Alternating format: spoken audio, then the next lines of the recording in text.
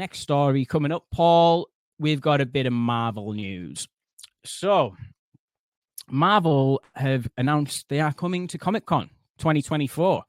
The only reason I'm bringing this up is because you never know with Marvel these days. You never know if they're, because obviously they've got their D23 thing that they do every year now, or they do it most years or every other year, if I'm not mistaken. But they've come out this year and said they're going to be revealing a few things at Marvel Comic-Con and based on the movies. So this isn't to do with like the shows and stuff like that. I think they're saving the show talk, Disney Plus, I mean, for D23. Makes sense. But Kevin Feige had been recently on a podcast. There's like a Marvel podcast. It's a new venture. Checked out a little bit of it, but I wasn't really feeling it. You can tell it's very like, if you're doing a podcast with Kevin Feige, they've got a list of bullet points that you cannot get out of. Do you know what I mean? Like, we're talking about this, and don't ask me about anything to do with Blade or anything like that. Just talk about what's coming out. But anyway, he also confirmed something that we'd discussed before, Paul, about Fantastic Four being set in the 60s. We had an idea, we had an inkling, obviously, that poster come out. Very 60s orientated vibes, Fallout 4, whatnot. But also there was an image come out later on of Johnny Storm. And what was interesting about this particular photo is if you see in the bottom corner here, the city landscape, that doesn't look like our city landscape on present day or any sort of timeline, in fact. He'd come out and confirmed, though, that this is, in fact, set in the 60s, and it isn't the MCU timeline as we know it. So they're in a different universe. As far as this Fantastic Four news goes, I'm all about this. I think separating themselves as much as what they physically can without breaking the whole bloody story from current MCU is a really good idea when it comes to the Fantastic Four. Let's just get these right. Let's get the characters right. Let's make it interesting. Let's make, we're going to be seeing a whole new city here, which really excites me. It's obviously, I think, going to be like a New York futuristic sort of setting. But I'm really excited for this Fantastic Four film. I think it's quite poetic in a way that we've had so many Fantastic Four films and they've all been shit for the most part.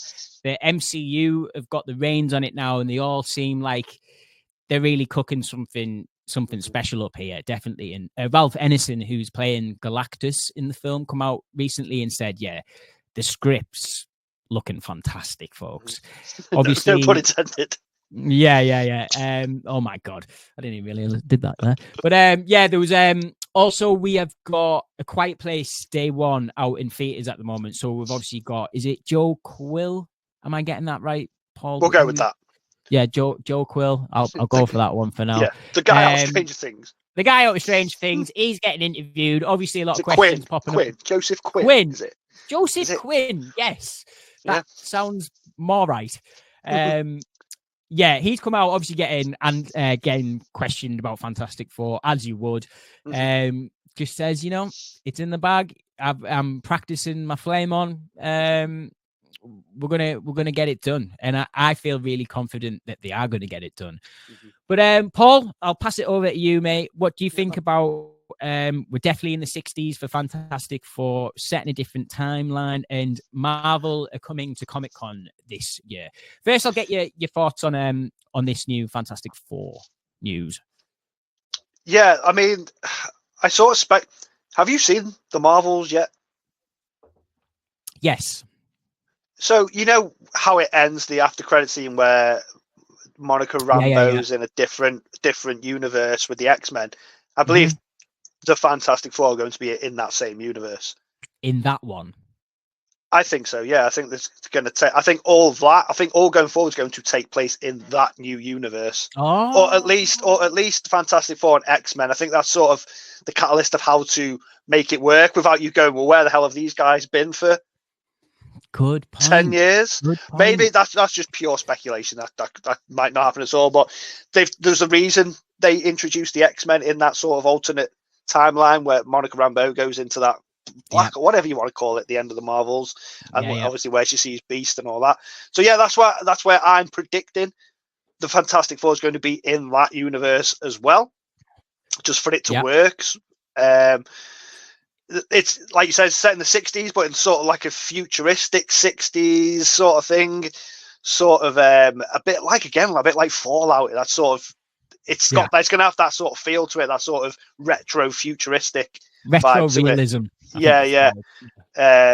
Which let's try that. I don't think they've tried that in any of the Marvel films.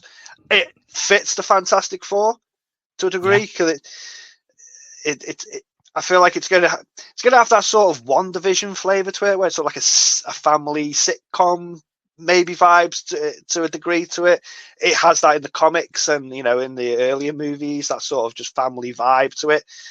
I'm excited for it. Like I said, for me at the moment, it's Deadpool, Wolverine, Fantastic Four, X-Men. That's all my eyes are on. Anything else they've announced movie-wise, I don't think they have announced anything else, but that's all I'm looking forward to. Like, there's a few Disney Plus shows you've announced, like that Agatha thing that I couldn't care less about. But Fantastic Four, I've always been a fan of the characters. I actually enjoyed the first movie when I watched. I was a lot younger. It was early thousands, so I was only a young teenager when that came out. So that was all I had of Fantastic Four at the time. So at the time, I enjoyed it.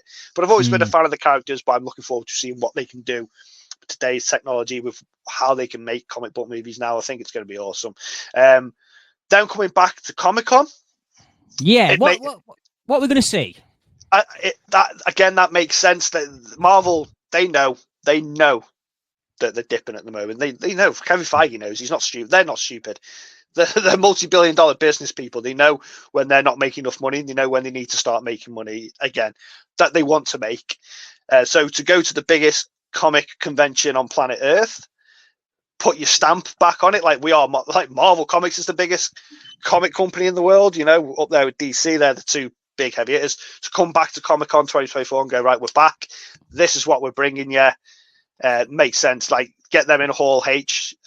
Get them X-Men trailers, them Fantastic Four trailers. I'm presuming that's what they're going to show, the Fantastic Four trailer, or at least early footage of it, to get people hyped. And we'll hear of it in real time. It'll be all over the Twitter. People fucking going nuts in Hall H to see it all, stuff like that. Get that hype back for fans. So yeah, they're going to go. They're going to put their stamp back on Comic-Con, I reckon.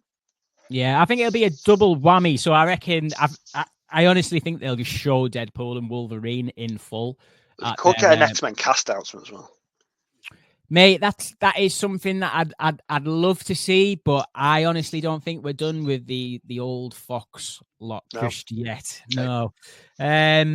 Which is fine. It's I'm just eager to get casted in here. I want to see who Cyclops is going to be, Wolverine, like all this new age. But yeah, man, just as far as Comic-Con goes, I think you're right. I think we might end up seeing similar to what Matt Reeves did for the Batman, where it was like a costume video test thing. Maybe as we get like a little clip of them.